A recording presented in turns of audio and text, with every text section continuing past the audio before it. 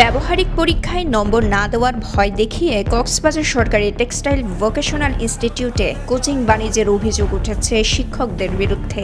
আমাদেরকে practical number নিয়ে বই দেখাচ্ছে যে ক্লাসের রুটিন যেটা করানো হয়েছে রুটিন নিয়ে কোনো ক্লাস হচ্ছে না।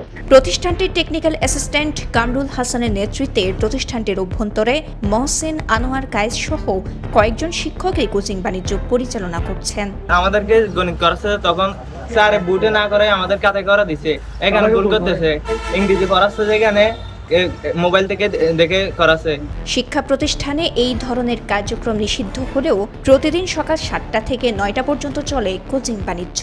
প্রতিষ্ঠান প্রধানের নির্দেশনা না মেনে দীর্ঘদিন ধরে এমন কার্যক্রম চালিয়ে যাচ্ছেন তারা। এটা তো সরকারিভাবে নিষিদ্ধ নিয়ম নাই। তারপর সবচেয়ে পড়াচ্ছে আসলে এখন এক সপ্তাহ হয় নাই যেভাবে যে আপনি কুচিনের বাণিজ্য শুরু করছেন। শিক্ষার্থীদের অভিযোগ, প্রতিষ্ঠানটির টেকনিক্যাল অ্যাসিস্ট্যান্ট কামরুলের নেতৃত্বে অন্য শিক্ষকরা তাদের কোচিং করতে বাধ্য করেন। কোচিং না করলে ব্যবহারিক পরীক্ষায় নম্বর না দিয়ে অকৃতকার্য করে দেওয়ার হুমকি দেন তারা। তোমাদের প্র্যাকটিক্যাল নাম্বার তো আমরাই দিব, তাই এভাবে আমাদেরকে অনেক নানাভাবে হয়রানি করতেছে। আমাদের এলাকার ভাই ব্রাদাররা ভালো মতো প্রাইভেট না পড়ে ক্লাসের পরে ক্লাসে আদায় করে ভালো রেজাল্ট করার জন্য আন্দোলন করছিলাম, তো কিন্তু এখন তো আবার দেখা যাচ্ছে যে প্রাইভেট বাণিজ্য করে ফেলতেছে। বসুন্ধরা টিস্যু, অশুদ্ধতার বিরুদ্ধে এক বিন্দুও ছাড় নয়।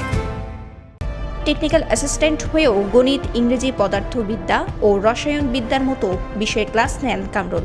সংশ্লিষ্ট বিষয়ে দক্ষ না হওয়ায় শিক্ষার্থীদের জিম্মি করে পড়ান যাচ্ছে তাই। উনি তো গণিত এবং ইংরেজির শিক্ষক না, কিন্তু উনি গণিত এবং ইংরেজি পড়াচ্ছে। ভুল প্রশ্নপত্র, ভুল শিক্ষার্থীরা শিখবে কোত্থেকে?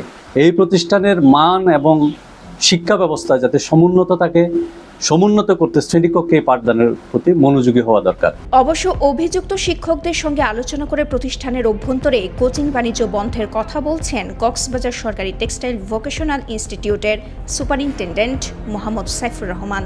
আমরা বুঝবো তাদের নিয়ে যে আসলে এখানে আমরা ভিতরে শুরু করতে পারবো কি না, এলাকার পরিবেশ পরিস্থিতি বললে বাইরে করুক, বা আমাদের বক্তব্য থাকবে যে আমরা ভিতরে প্রাইভেট এলাও না বা ভিতরে করব না। তবে অভিযোগের বিষয়ে নিজে কোনো বক্তব্য না দিয়ে প্রতিষ্ঠান প্রধানের সঙ্গে যোগাযোগ করতে বলেন টেকনিক্যাল অ্যাসিস্ট্যান্ট কামরুল। আমার প্রতিষ্ঠান প্রধানকে জিজ্ঞাসা করেন, আপনি আমি কে কি না, এটা হচ্ছে আমার প্রতিষ্ঠানে গিয়ে জিজ্ঞাসা করেন। পাট ও বস্ত্র মন্ত্রণালয়ের অধীনে পরিচালিত এসব প্রতিষ্ঠানে কোচিং বাণিজ্যের কোনো সুযোগ নেই বলে জানান চট্টগ্রাম বিভাগীয় বস্ত্র অধিদপ্তরের উপপরিচালক নলিনী কুমার ঘোষ।